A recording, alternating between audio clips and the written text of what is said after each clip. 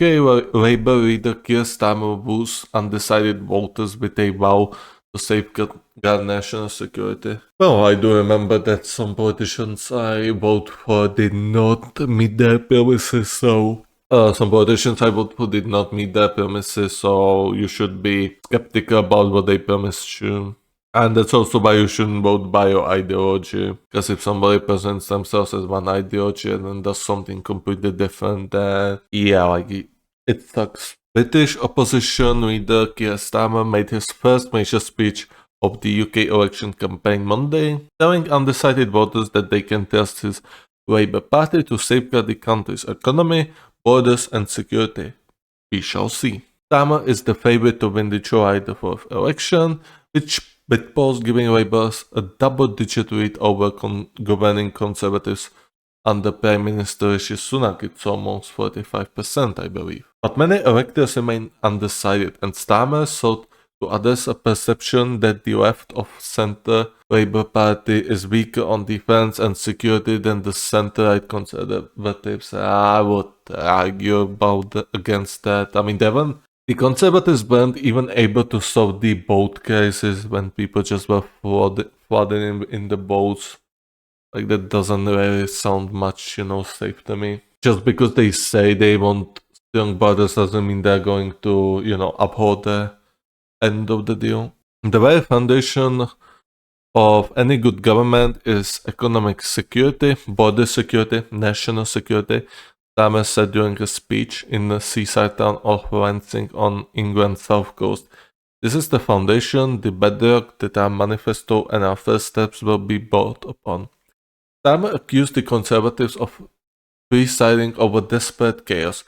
Britain's first election since 2019 follows a several turbulent years that saw a global pandemic and a cost of living crisis triggered by Russia's invasion of Ukraine.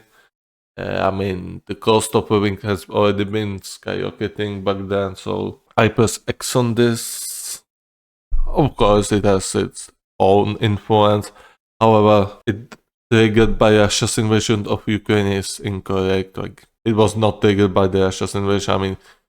It was triggered by the factors that the COVID had, already receded, and therefore people were returning to the jobs, and the pandemic, the home office era ended. Those international crises were exacerbated by problems of the Conservatives' own making. A slew of ethics scandals that topped the Prime Minister Boris Johnson in 2022, and people would want him as a leader of NATO. What a joke.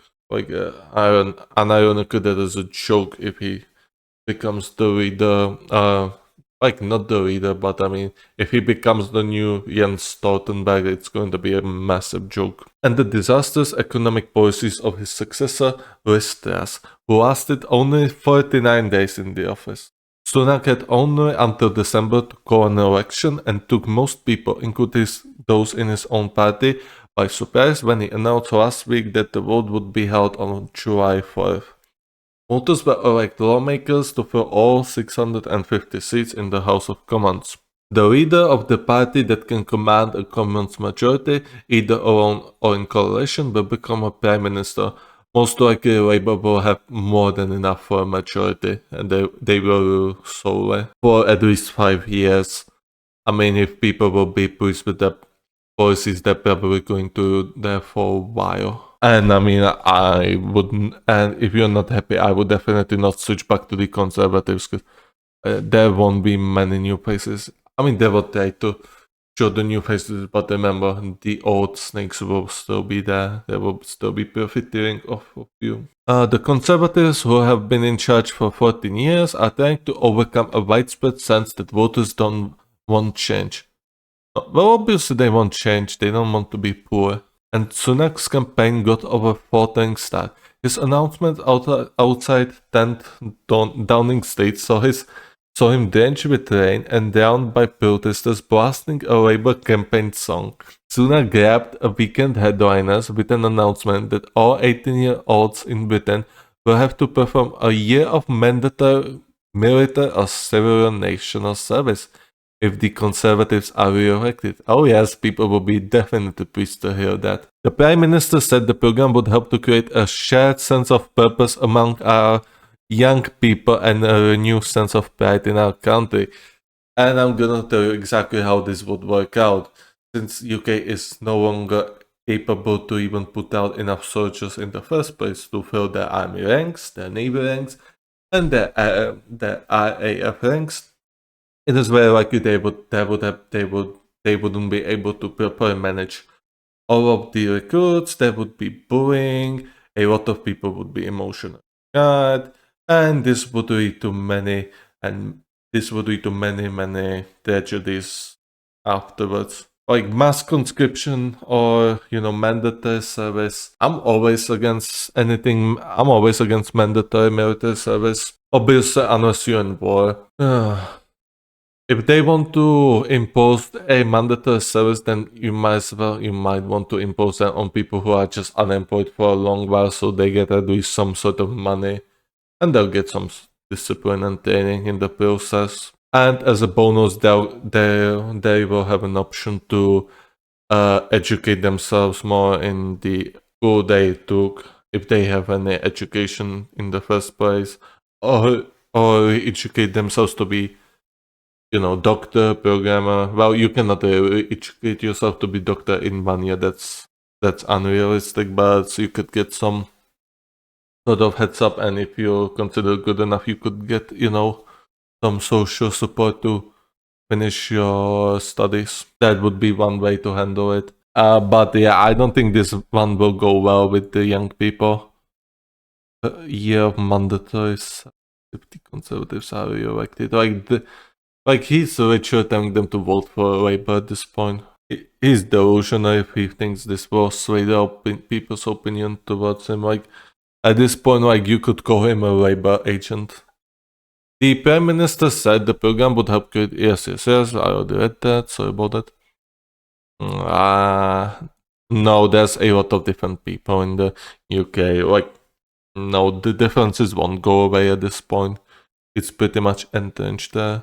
The party faced questions about how the program would work and whether it could be made compulsory. Yeah, of course. Starmer said the announcement reflected the Conservatives' desperation to shore up its votes. Why would you vote for the party that said it wants a mandatory military service? What the fuck? Why would you vote for them? Or, why would you change your vote?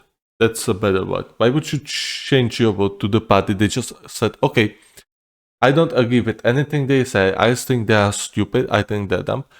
However, they want a mandatory service for all those annoying teenagers. I'm voting for them now. All hail Britannia. All hail Britannia rules the waves again. What the fuck? What the fuck? Who let you out of the madhouse, bro? Starmer, a lawyer and a former chief prosecutor for England and Wales, remain an unknown quantity to many voters. In his speech, he stressed his working class roots as the son of a toolmaker and a nurse who was first in his family to go to university. I'm gonna take a sip of water. My voice is dying a bit. He said he had transformed Labour, moving it to the centre ground after taking over as a leader in 2020 from staunch socialist Jeremy Corbyn. Oh yes, this guy. Whatever the poll says, I know there are countless people who haven't decided how they'll vote in this election, Starmer said.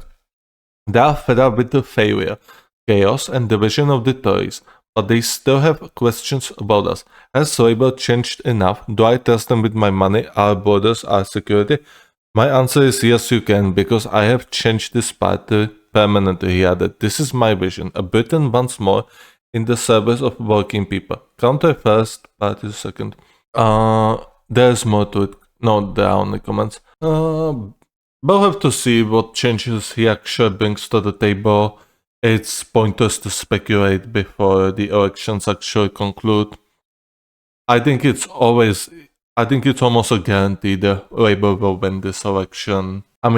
No miracle will save Conservatives at this point, because I doubt because Conservatives, who would they even ally themselves with if they even got somehow to the, 35% or 30% of the votes? I don't know if the Scottish National Party would ally with Tories. I doubt about it. Then there are the Liberal Democrats, the Lib Dems, who I also doubt they would ally themselves with the Tories. So I mean, like there's no option for them to win at this point. The only question is whether the Labour will get the majority in the parliament, which seems very likely considering they have such a lead. Like they could sweep this. And honestly, that's a good thing. Like if you tell young people that they will serve a compulsory military service, I mean, like even how would that work? Like he just says this as a shocker, just to be on headlines, and he basically this was basically him telling you, "Do not vote for me." Oh, mandatory military service or compulsory. Like I shiver at the thought. That's another of me hoping there won't be any wars in my lifetime. In a country that needs root and branch reform, Starmer will tinker at the margin and hope to mutter through.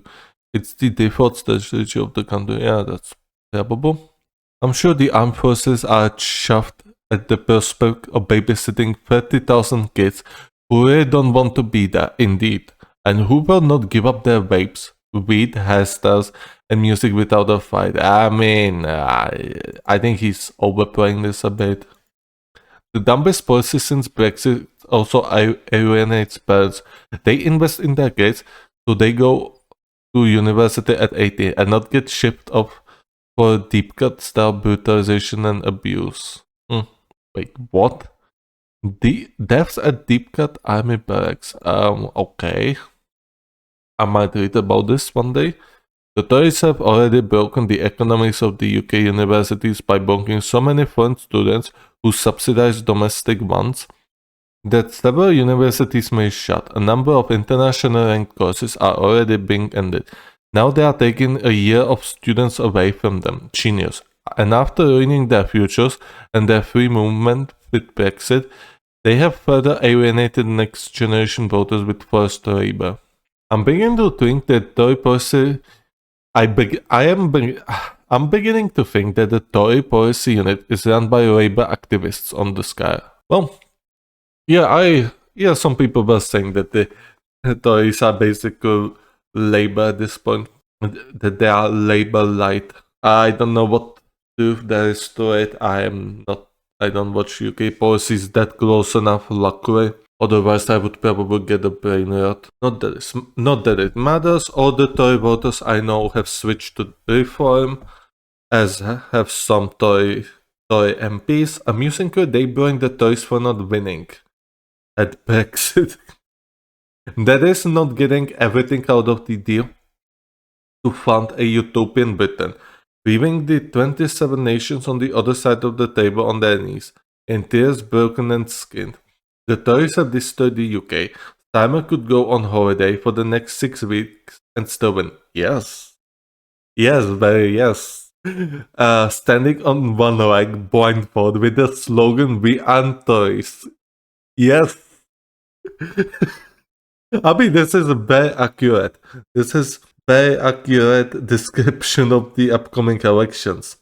I mean, and then you still wonder how Tories still get 25% of voters. Like, who votes for them? All the Tories have is demand for photo ID to vote, reducing participation, and 6 weeks of wall-to-wall TV news coverage.